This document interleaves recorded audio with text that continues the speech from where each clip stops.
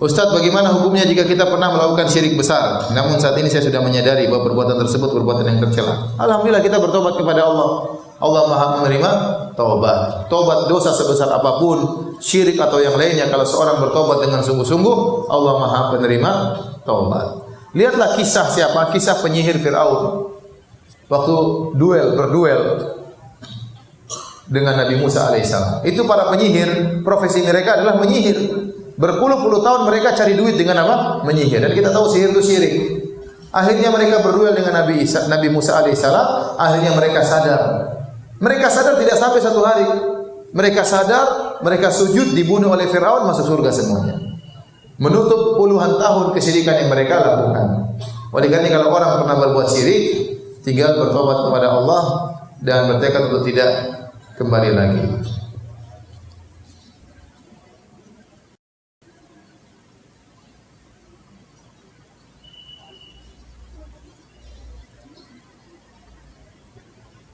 Apa hukumnya menonton paranormal Karma Antv yang lagi booming? Saya nggak pernah nonton, saya nggak tahu ini acara apa ini. Acara apa ini? Acara dukun-dukun. Ada penampakan, ada jin, ada macam-macam. Ngapain nonton kayak gitu? Matikan TV kalau kayak gitu. Dan saya dulu punya kawan bekas produser, sekarang udah ngaji. Dia bilang, Ustaz gitu banyak buat-buatan, main-mainan. Dibuat acara, wow, itu mereka sudah, itu sandiwara. Banyaknya apa sandiwara. Ente dibodoh-bodohin sama mereka. Jadi acara-acara yang di situ ada pengagungan terhadap jin, penampakan, uka-uka, ini macam-macam, enggak usah. Ngapain? Ngabisin waktu. Tunggu lagi nonton jam 12 malam, tungguin. Belum keluar jinnya. Gitu jinnya keluar ketakutan. Itu ngapain bodoh-bodohin diri? Kurang kerjaan. Ini baca Quran, zikir. Akhirnya apa? Timbul rasa takut. Anak-anak kalau nonton sudah ketakutan luar biasa. Sampai besar ketakutan. Ustaz, apakah takut kepada selain Allah termasuk kesyirikan? Takut yang menimbulkan kesyirikan adalah takut yang merupakan kesyirikan adalah takut kepada selain Allah yang di situ meyakini bahwasanya hal tersebut bisa mendatangkan kemudaratan kepada kita dengan tanpa kita sadari. Contoh kualat, itu contoh takut kesyirikan. Ya, jangan kau lewat situ, nanti kualat misalnya. Jangan kalau kau lewat jangan harus kau ngebel atau kau harus berdeham, kalau tidak kau kualat. Ini takut yang merupakan kesyirikan. Tapi kalau takut sesuatu yang benar-benar bahaya, itu tidak kesyirikan. Contoh, kita lewat jalan situ ada perampok dua, ya kita takut, tidak apa-apa, itu takut yang wajar. Lewat depan situ ada singa lagi nunggu depan, ya sudah jangan lewat situ. Itu namanya takut yang wajar. Ya. Nabi Musa waktu dikejar sama Firaun dia juga ketakutan. Fa kharaja minha khaifan yataraqqab. Kata Allah, Musa pun keluar dari Mesir dalam kondisi ketakutan. Kenapa? Karena Firaun kumpul sama anak buahnya untuk menangkap Nabi Musa. Karena saya dengar ada orang yang ceramah, tidak boleh takut sama macan, itu syirik. Tidak boleh takut sama singa, itu syirik. Wah, ini susah kalau begini. Kalau begitu yang bertauhid cuma Tarsan ya. Tidak ada yang salafi tauhid kecuali Tarsan ya. Enggak benar ya. Jadi ada hal yang benar-benar kita takut, itu wajar. Tapi kalau ketakutan tadi, kalau kau tidak begitu nanti begini. Nah, itu takut itu seperti itu syirik. Kau kualat nanti. Kalau kau tidak begini nanti bahaya menimpa keluargamu, itulah syirik. Itulah syirik.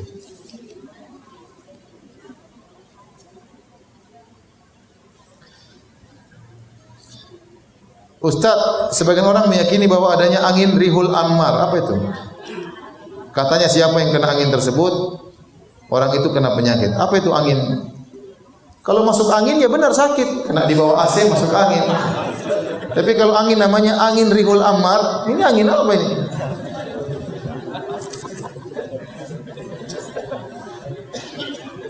Ustaz, apakah jomblo fisabilillah berpahala? Apa jomblo fisabilillah? Itu namanya bahlul fisabilillah. Ya, ente Rasulullah suruh nikah. Kata Rasulullah SAW, ya ma'asyaras syabab, man istata'a minkumul ba'a falitazawwaj. Wahai para pemuda, barang siapa kalian mampu maka menikahlah.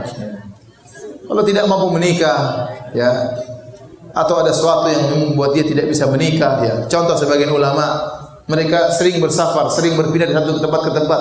Mereka tidak menikah, khawatir apa? Mendolimi apa? Istrinya. Ada yang seperti itu. Ya kalau ente tidak bersafar kemana-mana, cuma di ujung pandang terus tidak menikah, kasihan ente. Menikah saja. Kata Nabi SAW, man raghiba an sunnati falaysa minni. Kata Nabi, ana atazawwajun nisa, aku menikahi para wanita. Barang siapa yang tidak suka dengan sunnahku, maka bukan dari golonganku. Ustaz, apakah benar orang yang minta diruqyah tidak akan pernah masuk surga? Tidak benar. Minta ruqyah itu boleh. Minta ruqyah itu apa? Boleh. Selama yang meruqyah bukan dukun, ya. Minta ada ustaz, minta air tolong bacain ustaz, boleh. Yang penting benar-benar ustaz. Jangan kemudian minta air sama dukun, usukannya baca qul huwallahu ahad, was-was Allahu samad, itu yang bahaya seperti itu. Ustaz minta doa supaya apa? Supaya uang panai turun. Kok kirim proposal sama calon mertua? Jangan minta ke saya.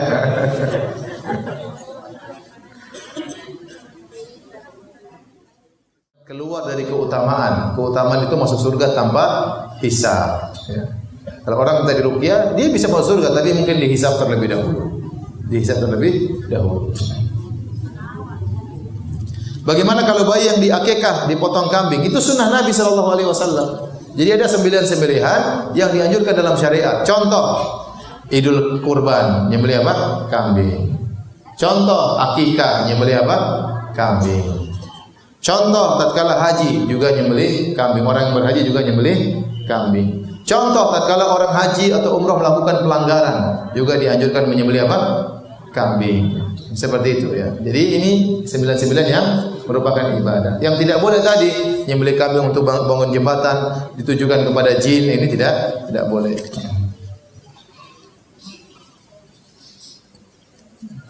Ustaz, bagaimana cara menyikapi orang tua yang percayai mengenai hari baik, hari buruk? Karena dan beliau sangat meyakini hal ini. Nasihati baik-baik. Dalam Islam tidak ada keburukan kecuali maksiat. Kalau Anda bermaksiat, baru itu hari sial Anda. Anda bermaksiat, itu namanya hari sial. Selama Anda tidak bermaksiat, kapanpun, dimanapun, maka tidak ada namanya hari buruk, tidak ada namanya bulan yang buruk. Ustaz, bagaimana hukumnya kita membaca kalimat-kalimat kesyirikan, namun cuma sekedar membacanya? Maksudnya bagaimana? Hah? Baca zodiak. Kalau baca zodiak ramalan bintang tidak boleh. Salat tidak diterima 40 hari. Saya ulangi. Para ulama sebagian mengatakan orang baca bintang Sagittarius, bintang Scorpio, bintang Libra, ini tidak boleh. Kalau dia baca zodiak, salatnya tidak diterima 40 hari karena hukumnya seperti kedukun. Itu semua perkataan dukun. Ramalan-ramalan itu perkataan dukun. Barang siapa yang baca, sengaja baca, sama seperti dia sengaja kedukun, salatnya tidak diterima 40 hari. Kenapa? Karena terpengaruh suatu hari. Ada orang baca, saya ingin tahu saja apa sih bintang Libra? Saya Libra, oh jadi apa Libra? Hari ini diomelin istri, uang susah. Aku tidak percaya. Pas sampai di rumah diomelin istri, benar juga itu kemarin. Akhirnya hatinya mulai goyang. Makanya tidak boleh baca itu, tidak boleh. Kalau ada majalah itu robek. Hati-hati, taruh di ruang tamu, ada orang baca-baca, ente semua dosanya. Ada majalah isinya zodiak, kita taruh di ruang tamu. Ada orang baca itu. Karena orang tertarik baca begitu. Ada orang tertarik baca begitu. Itu semua syirik. Ada orang datang, coba lihat tanganmu. Garis-garisnya bagus. Kayaknya kok jadi direktur. Direktur kambing. Direktur apa? Direktur di warungku, saya direktur di warung memang. Orang macam-macam apa ngeramal. Senti omong kosong itu. Jangan percaya kayak gitu.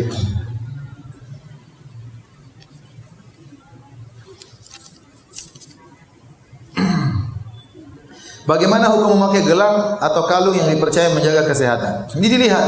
Kalau ternyata gelang tersebut benar-benar menurut penelitian para dokter benar-benar bermanfaat, bukan perkataan para penjual ya. Jangan percaya sama penjual. Penjual, oh ini gelang ini enggak. Memang menurut ahli benar-benar ada hal yang bermanfaat, maka itu bukan syirik. Tapi kalau para ahli tidak menyatakan demikian, maka tinggalkan. Semua orang juga bilang, oh ini punya pengaruhnya. Semua tukang jimat juga bilang demikian. Tapi kalau ada penelitian memang benar-benar pakar para dokter yang bukan para penjual, ya mengatakan ini baik, maka berarti tidak jadi masalah karena secara ilmiah itu bisa dibuktikan. Karena para penjual itu susah ya. Mereka sering bohong. Mereka sering bohong. Contoh, saya punya kawan satu orang cerita sama saya, orang Arab. Kata dia, "Ustaz, kakak saya itu sangat temperamental, mudah sekali marah." Iya kan? Iya. Pernah satu hari saya sama kakak saya, kita beli durian. Terus kakak saya tanya, "Ini durian manis kah?" Kata penjualnya, "Oh, manis, manis." Manis. Ah, coba silakan Pak, manis semuanya. Kata teman saya, kakak saya pun ngetes, dia ambil durian ini. Ternyata tidak manis. Dia bilang sembarang ini tidak manis, kok bilang manis? Dia sudah mulai emosi kan. Coba kau rasa, kata penjualnya, "Ih, manis sih." Oh, kakak teman saya mulai marah. Akhirnya teman saya bilang, berapa? 50.000 ini. Dia bawa pergi kakaknya, karena kakaknya mulai ngamuk ya. Penjual sudah tahu tidak manis, bilang apa? Manis. Orang penjual itu seperti itu. Kalau penjual gelang, dia bilang, "Oh, gelang ini," jangan dengar dari dia, dengar dari orang lain. Kalau benar secara ilmiah itu benar-benar bermanfaat, maka itu bukan jimat. Tapi kalau hanya katanya dan katanya, maka itu jimat, tinggalkan.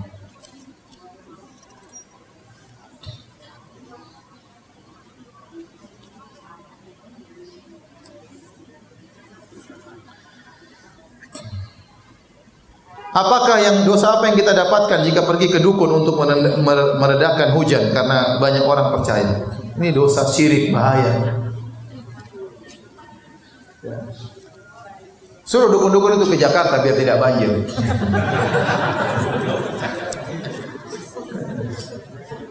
Kalaupun dia berhasil mungkin di rumah, dia pakai jin-jin banyak. Wow, jinnya mungkin setengah mati. Biar tanda-tanda hujan, jinnya kehujanan, tapi yang penting hujannya tidak. Itu syirik, dia kerjasama dengan jin pasti. Kalaupun berhasil dia kerjasama dengan jin.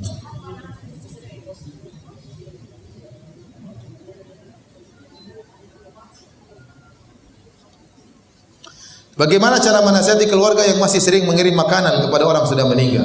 Ya akhi, banyak orang-orang miskin yang masih hidup kita kirim makanan. Ngapain kirim makanan sama orang sudah meninggal? Ini kirim apa? Kirim kopi.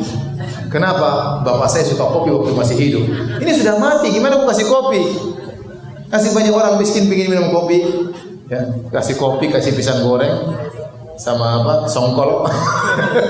Terus taruh di kuburan bapak. Ya, subhanallah. Orang Islam meyakini kalau orang sudah meninggal, ruhnya itu masuk dalam alam barzakh, tidak bergentayangan. Keluar sana keluar sini cari songkol, tidak ada. Itu enggak benar ya.